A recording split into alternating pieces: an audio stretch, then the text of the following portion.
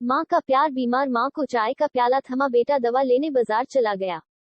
जब दवा लेकर आया तो माँ ने कहा, बेटा चाय तो ठंडी हो गई। बेटे ने चाय गर्म करके माँ को दी और दवा खाने को कहा। माँ ने जैसे ही चाय का घूंट लिया तो उसमें चीनी थी ही नहीं। बेटा, चाय में चीनी डालना तो तुम भूल ही गए। बेटे ने चीनी डालकर फिर से माँ को चाय दी। माँ जैसे ही दवा की गोली मुंह में रखने लगी तो गोली हाथ से छूट गई। नीचे देखा तो दिखी ही नहीं, शायद पलंग के नीचे चली गई थी।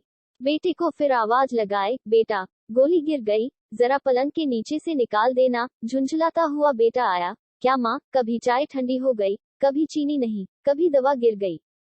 मुझे क्या और कोई काम नहीं है क्या? इतना कह उसने दवा की गोली उठा माँ के हाथ में दी।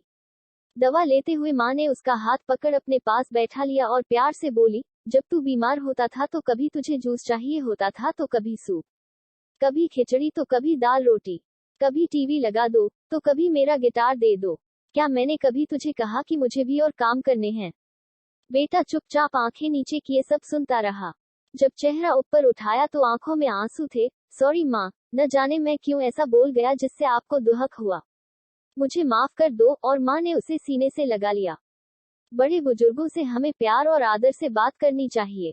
उनके बूढ़े होने का मतलब ये ना लें कि वह आप पर बोझ हैं, क्योंकि जब आप छोटे थे तो आप उन पर आश्रित थे। माता पिता की सेवा निस्वार्थ करनी चाहिए, ताकि उनका आशीर्वाद आपको सदा प्राप्त होता रहे।